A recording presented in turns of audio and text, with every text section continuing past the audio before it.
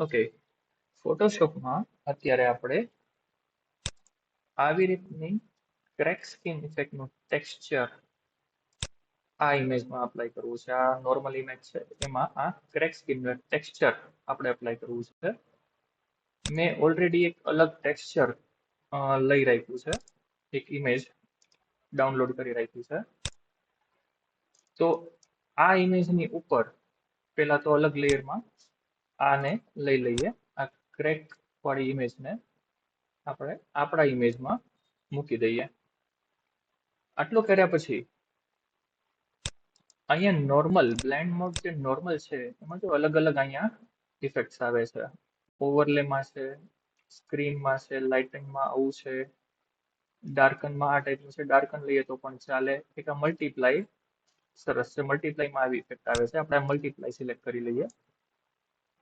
Okay, એટલે effect almost apply થઈ ગઈ છે, પણ આખી ઇમેજ ઉપર થઈ છે. હવે આપણે એની ખાલી સ્કિન એરિયા ઉપર જ આપણે એને રાખવાનું છે. બાકીના એરિયામાંથી એ ઇફેક્ટ રિમૂવ કરવાની છે. તો આને એક માસ્ક અપ્લાય કરી દઈએ.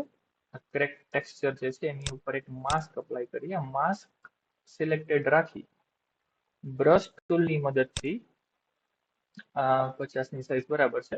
અહીંયા ફોરગ્રાઉન્ડ કલર બ્લેક અને બેકગ્રાઉન્ડ કલર વ્હાઇટ, અને જે ભાગમાં આપણે ક્રેક ઇફેક્ટ નથી જોતી ત્યાંથી રિમૂવ કરી દઈએ. અહીંયા 100ની સાઈઝ લઈ લઈએ, 100ની સાઈઝ.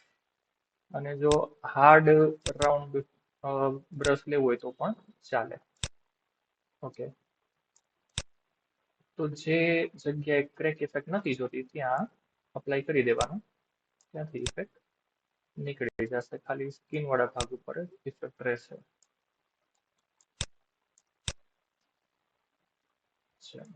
આ રીતે.